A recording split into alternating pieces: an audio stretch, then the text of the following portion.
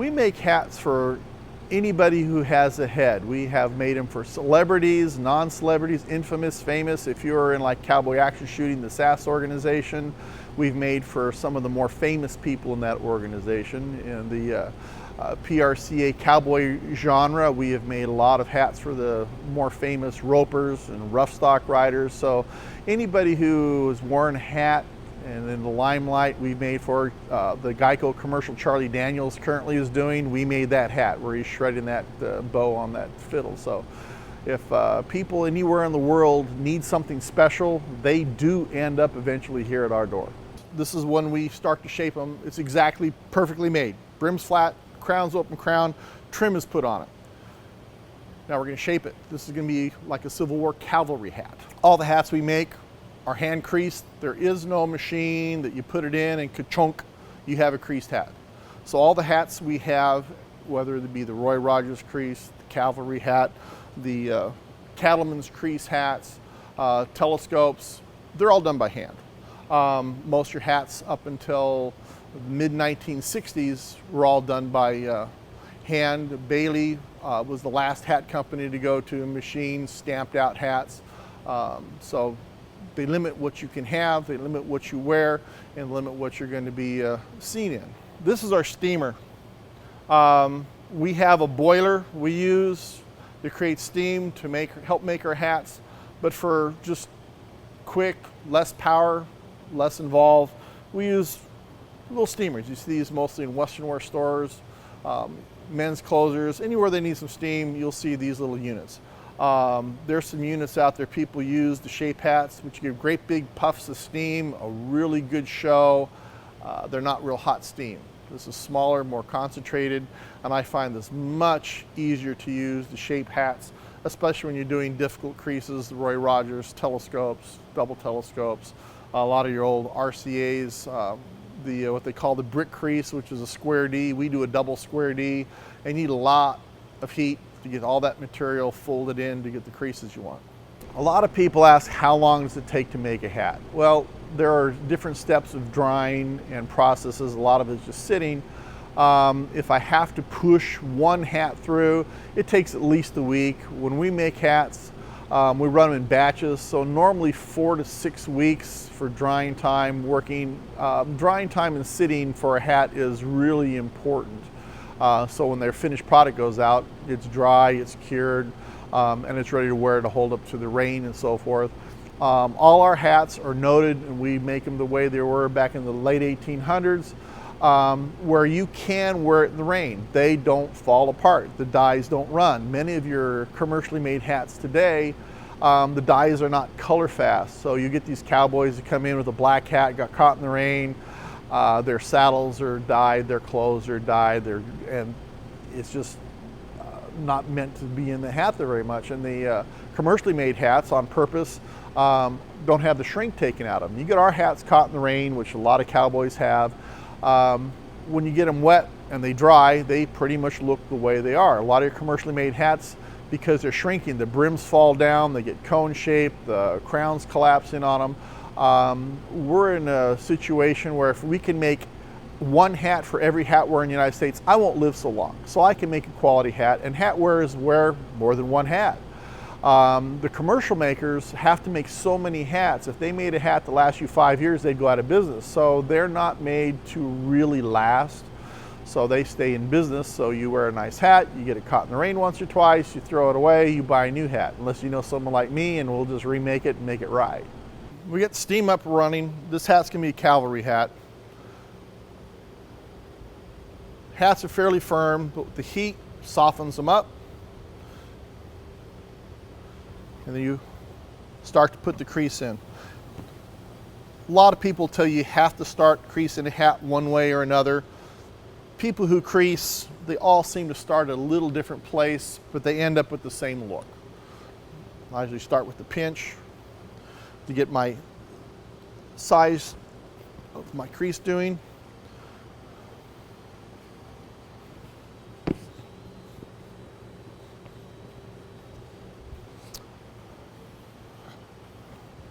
I make this look easy, don't do this at home.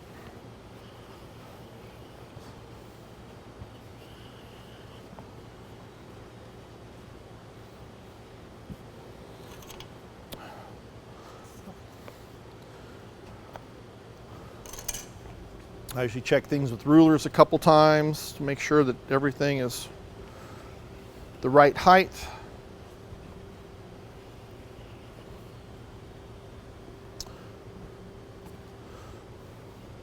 John Wayne in all of his movies, except 2, wore some sort of a version of a cavalry hat. Even in his last movie, The Shootist, his tall hat he wore was a Civil War officer's crease, and it was pretty much a taller cavalry hat.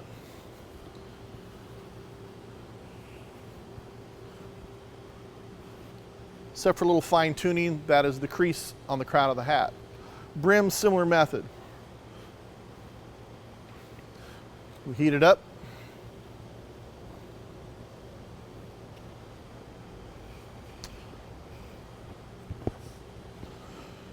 And eyeballing it, we start shaping the brim of the hat.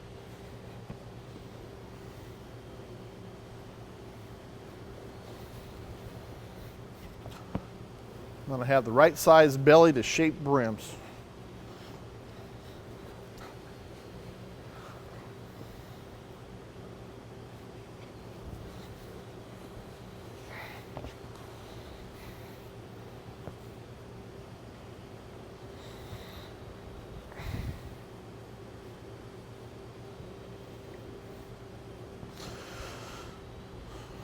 So basically, this is your Indian Wars color of a cavalry hat.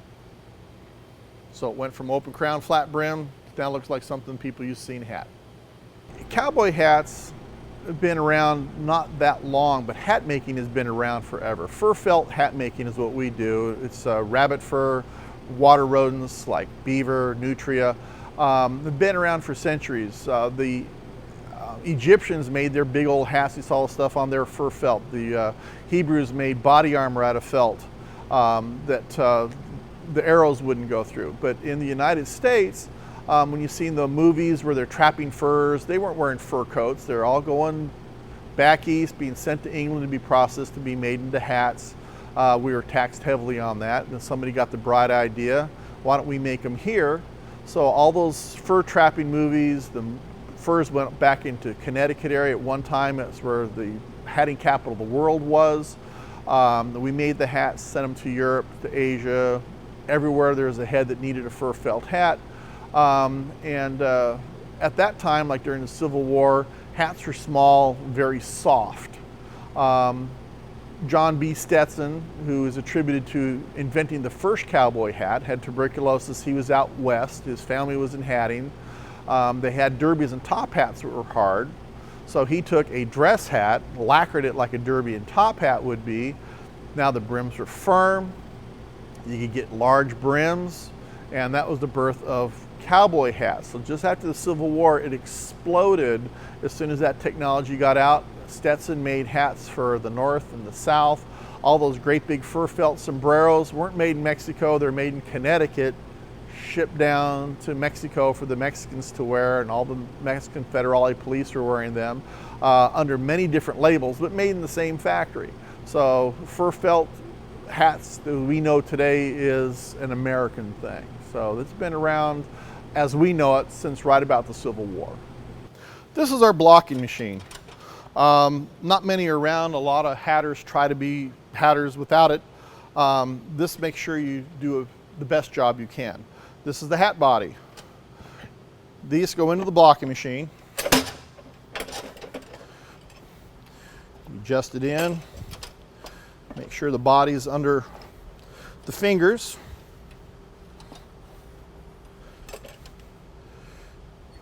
This grabs the hat, stretches it out, and puts the block in the hat.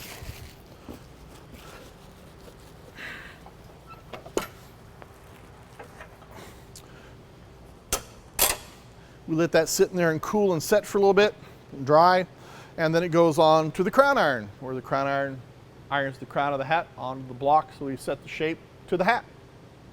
The fur we get for making hats decades ago was all domestic fur.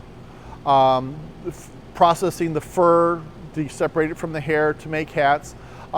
is a bit of a process, and it doesn't pollute much, but EPA doesn't allow that to happen anymore. So all the fur we use domestically to make hats out of come from Europe. They eat rabbit like we eat chicken. So the pelts are used there. The beaver we use is leftovers from the fur coat industry. They have tracts of land in Laos, Cambodia, Vietnam, where they raise and trap beaver. And we get the belly part, which is a good part for making hats, because they use the back pattern for making coats. So they all go in Europe and Asia to a town in Portugal. This little town at one end has the machinery and tools to separate the fur from the hair on the pelts.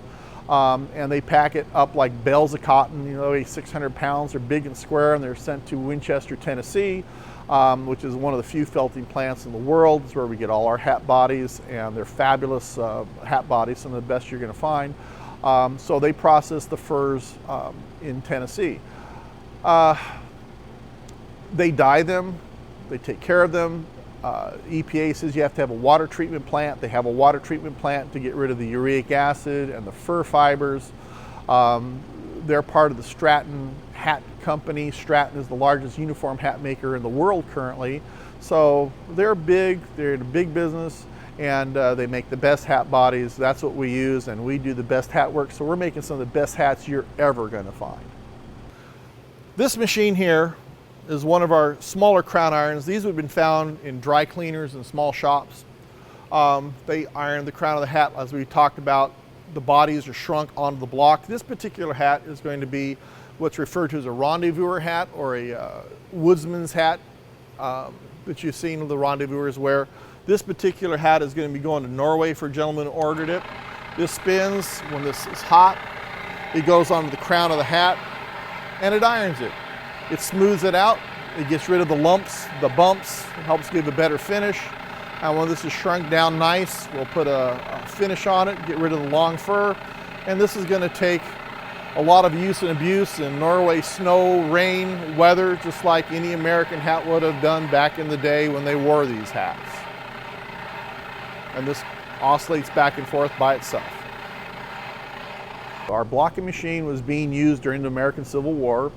Our crown irons, which are very essential in making a hat correctly, we have them from 1919, the birth of the electric motor, to 1942, just at World War II, when they quit making this type of machinery.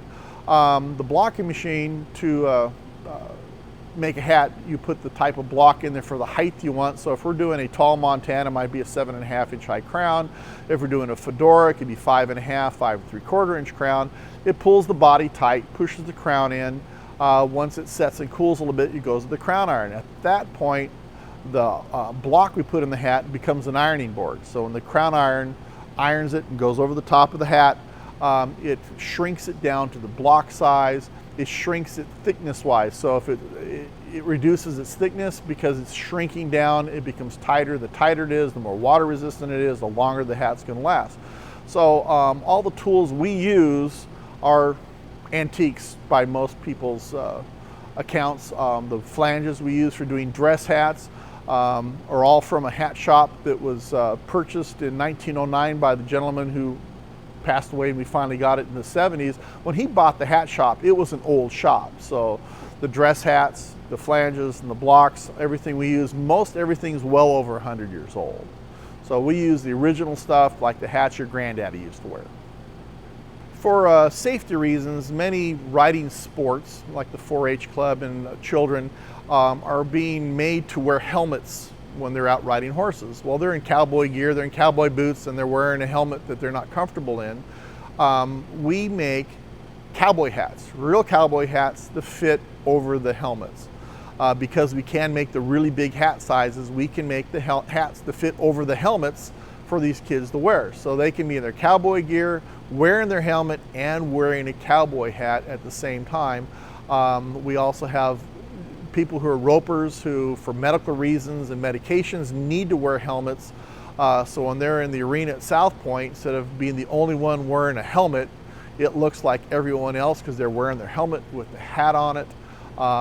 We're pursuing making more of these hats for helmets for maybe rodeo riders, you definitely 4-H people, people who have medical problems, so if they fall and hit their head, they got a real helmet under a real cowboy hat. We're talking about the hats with the helmets. This is one of the finished products. This is your Cattlemans crease hat, ready to go for someone decent size, but there's the helmet inside here. We have customers who wear them now when they're roping. When they put them on, they don't look that oversized, and when they're using them in the arena, they snap them down. Many of the gentlemen who wear them right now because they need to for medical reasons, they put the straps inside when they wear it, and a lot of the people never even notice they're wearing a helmet, and they're talking right to them face to face. We have 3 other hats here that are going to end up being helmets. They're almost done. These 3 are going to be the exact same shape, so any color, some different brim widths, we can make any type of helmet hat that you so desire. A lot of the movies that are out, like Tombstone, many of the hats that are in there are exactly period correct. Kevin Jarr, who is on there as one of the directors, was a cowboy action shooter, and he was very much into everything being correct. So when you have the Prescott hats, you have the Boss of the Plane hats, like what Kurt Russell was wearing. It was a little taller version.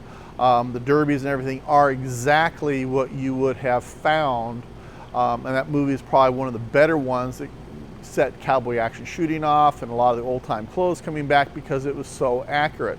A lot of movies and series that are on cable right now, they take a lot of leeway and they're using more modern stuff and things that aren't period correct, so they dilute it a little bit. But out of Tombstone, I think I've made every hat that they have made for somebody. They bring me in, see movie Tombstone, look where this guy gets shot, the guy across the street, way in the back, I want that hat.